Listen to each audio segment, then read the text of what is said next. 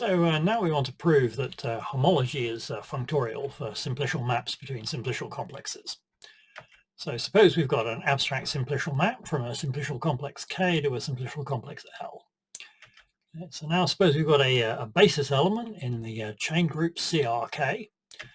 So that's going to have the form pointy brackets V0 up to VR, where that's some kind of list of vertices with the property that the corresponding set V0 up to VR is a simplex. So we can apply f to each of these vertices, and then that's going to give us a simplex of L. Because remember that's the definition of what we mean by an abstract simplicial map. It has to send simplices of K to simplices of L.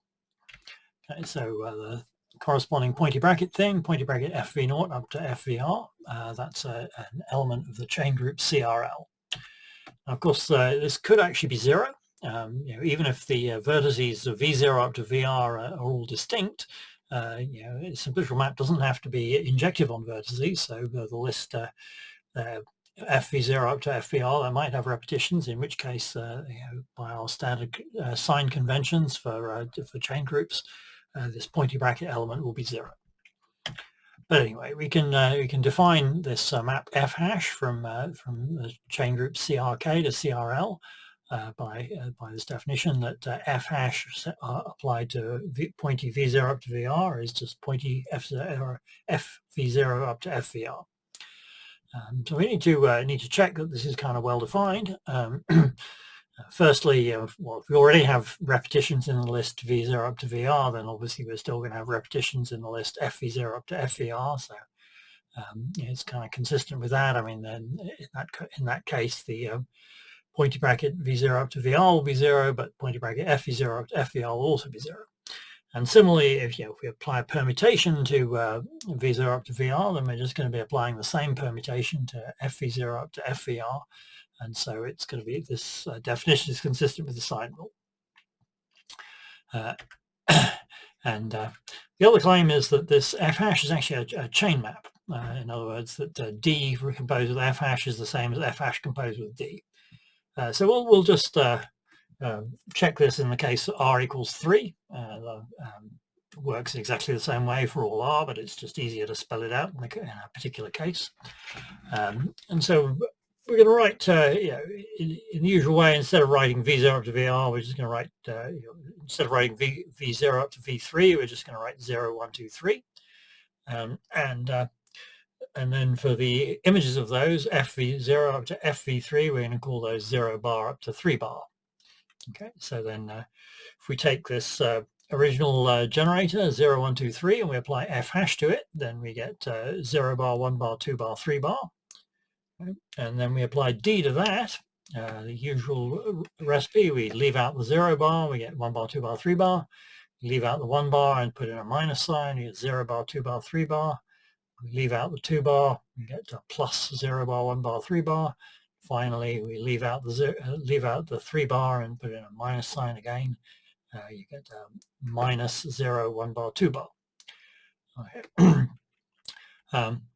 So that, of course, that's exactly the same thing as f hash applied to, if we apply f hash to 1, 2, 3, we get 1 bar, 2 bar, 3 bar. We apply f hash to 0, 2, 3, we get 0 bar, 2 bar, 3 bar, and so on. So this whole story here is just the same thing as f hash applied to 1, 2, 3 minus 0, 2, 3 plus 0, 1, 3 minus 0, 1, 2. And that thing that we've got inside the brackets here, that's just D of 0, 1, 2, 3.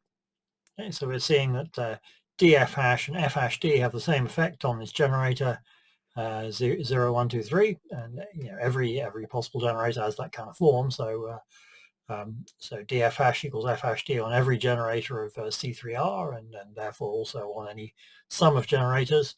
So df hash is equal to f hash D on C3, and by essentially the same proof on CR for all R. And it's also clear directly from these definitions. Well, if we do id, we take the identity abstract simplicial map, and id hash is just the same as the identity. And also this is compatible with composition. So we're seeing that we've succeeded in making the chain groups C star R into a functor. And We also saw before that if you've got chain maps between chain complexes, then that they induce maps between the corresponding homology groups. So we get these maps F star from the homology of K to the homology of L. And recall how that goes. We F lower star of a coset Z plus BRK.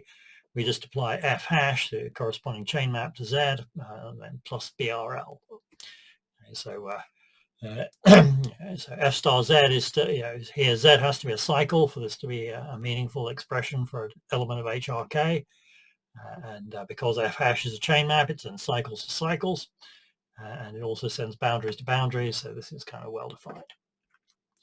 And it's kind of clear that this again is giving us a functor.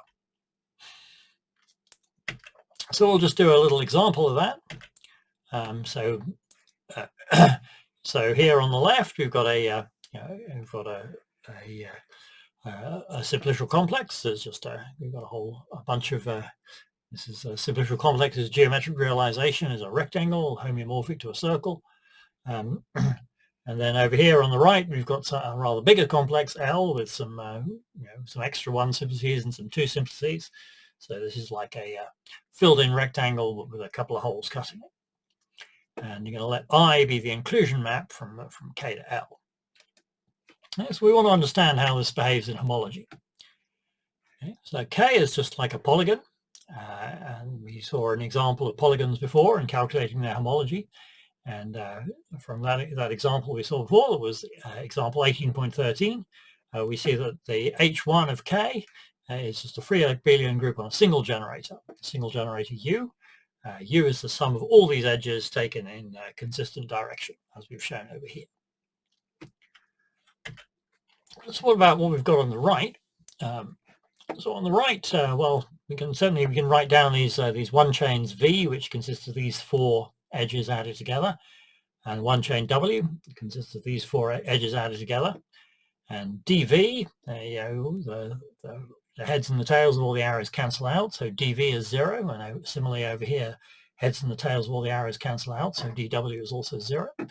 In other words, V is a cycle and W is a cycle, so they give us elements of the homology group H1. Yeah. And it's not actually too hard to see that, that these things form a basis. That H1L is a free abelian group generated by bracket V and bracket W.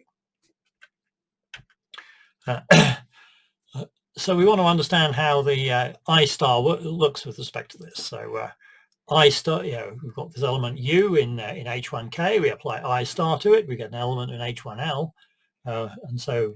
But every element of H1L can be expressed in terms of bracket V and bracket W. So we need to understand how to express I star of U in terms of bracket V and bracket W. So if we just apply the chain map I hash to U, then what we get is just the sum of all the edges right around the outer edge of this rectangle. Now we can let M be the sum of all these two simplices in here. All these green two simplices, orient them all anti-clockwise. So I want to claim that I hash U can be expressed as V plus W plus dm. And that's kind of very similar to what we did in example 18.8. When we consider dm, okay, if we look at any of these kind of internal edges, they're going to occur with a sign +1 from one of the adjacent triangles and with sign -1 from the other adjacent triangle. So that's going to cancel out, and so we cannot. None of these internal edges is going to appear in dm. But if we look at this edge here, for example, we've got M consists of all these edges appearing anti-clockwise. And whereas this, in particular, if we look at this triangle here, it's going to, in the anti-clockwise direction, we get kind of the opposite of V.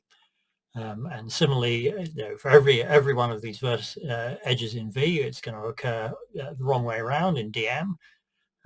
So part of dm is just going to be kind of like -V. And similarly, it works the same for W. I mean, over here, this edge here, going in this direction, and then in M we've got this triangle oriented anti-clockwise, which is opposite to W. So dm also includes kind of -W.